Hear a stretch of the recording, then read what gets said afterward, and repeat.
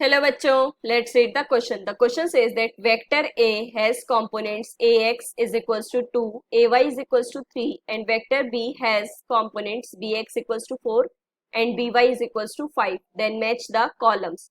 Column 1 and column 2 are given to us. Column 1, the components of vector sum a plus b and the magnitude of a plus b, the component of vector difference a minus b, the magnitude of a minus b, and the options are 8, -2, 2 root 2 and 10, and then we have to match. So A, B, C and D are the following options. तो देखो बच्चों, सबसे पहले की concept है हमारे पास, that is vectors representation of vector addition of vectors, subtraction of vectors, magnitude of vectors. ठीक है बच्चों। अब देखो बच्चों, सबसे पहले हम समझते हैं वेक्टर होता क्या है। Those quantities consist of magnitude, ये S है, as well as directions। ठीक है बच्चों। एग्जाम्पल्स हैं हमारे पास डिस्प्लेसमेंट, वेलोसिटी। ठीक है बच्चों, ये कुछ एग्जाम्पल्स है हमारे पास। तो वेक्टर्स वो है जिसमें मैग्नीट्यूड भी हो और डायरेक्शन भी हो। ठीक है बच्चों, जैसे हमने एक वेक्टर एज्यूम करते हैं ए वेक्टर। अब ये ए वेक्टर जो है, हमने अगर मैग्नीट्यूड देखे तो 5 मीटर इसने ट्रेवल किया। अब अगर डायरेक्शंस के अकॉर्डिंग देखे, नॉर्थ, साउथ, ईस्ट, वेस्ट, तो that travels 5 metre due east. ठीक है बच्चों, तो ये हो गई इसकी डायरेक्शन, विद डायरेक्शन दिया है ना, तो ये हो गया हमारे पास वेक्टर। बट अगर बोला है ओनली 5 मीटर, तो ये हो गया इसका मैग्नीट्यूड, जो कि आप ऐसे रिप्रेजेंट करते हैं। ठीक है बच्चों। बट अगर हम किसी ऐसी डायरेक्शन में लेते हैं जो इस नॉर्थ, साउथ, ईस्ट, वेस्ट, या फिर एक्सेस लेते हैं, that is plus Y cap plus X axis minus Y axis and then minus X axis. ठीक है बच्चों। तो अब देखो इसके अकॉर्डिंग क्या होगा। अगर ये हमारे पास ए वेक्टर है, इसको रेजोल्यूट करना है, तो मानो ये हमारे पास थीटा एंगल बना रहा है, तो जो थीटा के साथ एक्सेस होगा वहां पर क्या होगा, magnitude of A and then cos theta. ठीक है बच्चों। और जो दूसरा वाला एक्सेस होगा, अब देखो किसी भी एंगल को रेजोल्यूट करेंगे तो वो हमारे पास 90 डिग्री एक्सेस में रेजोल्यूट करेंगे। ठीक है बच्चों। तो ये वाला होगा आपके पास, that is a magnitude and sine theta.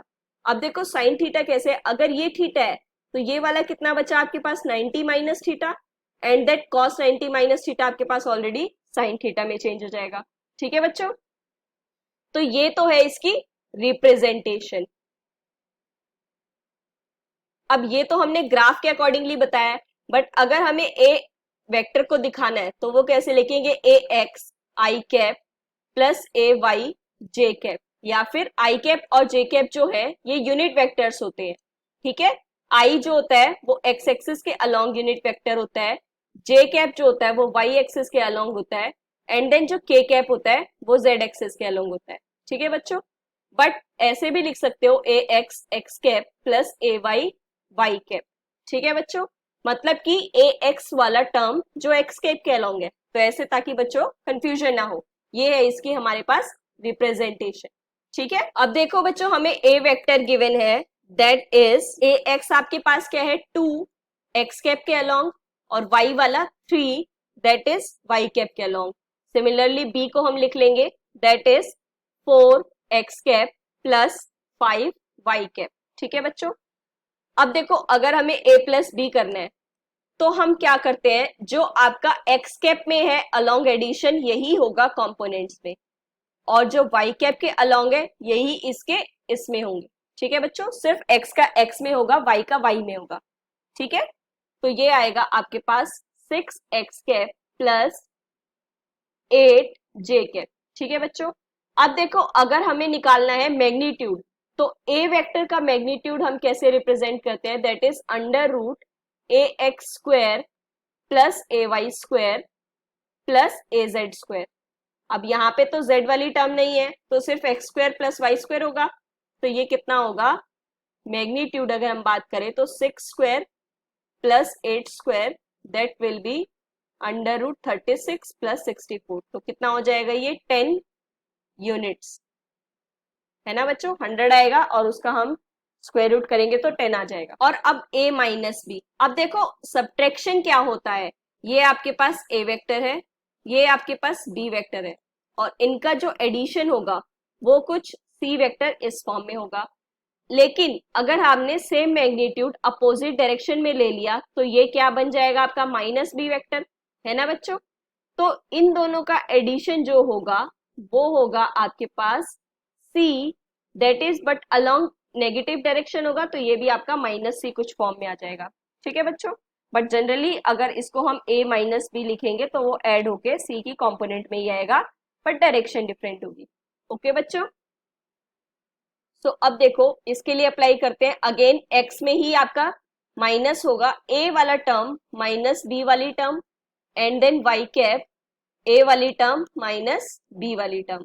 तो ये कितना आ जाएगा, -2x कैप -2y कैप। ठीक है बच्चों, अब बात करें सेम इसी वेक्टर के मैग्नीट्यूड की, तो ये कितना हो जाएगा, दैट इज -2 स्क्वायर x वाला कॉम्पोनेंट एंड देन y वाला कॉम्पोनेंट।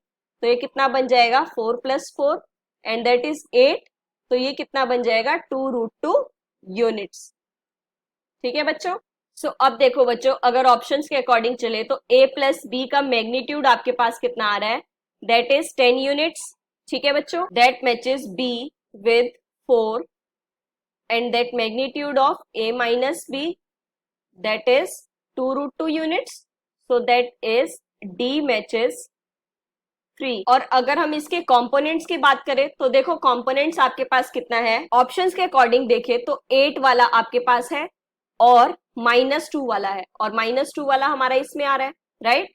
तो a प्लस बी का कंपोनेंट दैट इज a वाला आपके पास है करेक्ट 1 एंड दैट c वाला आपके पास करेक्ट है 2। ठीक है बच्चों, so that says your a option is the correct one and that is the final answer. Hope you understand it well. Best of luck. Thank you.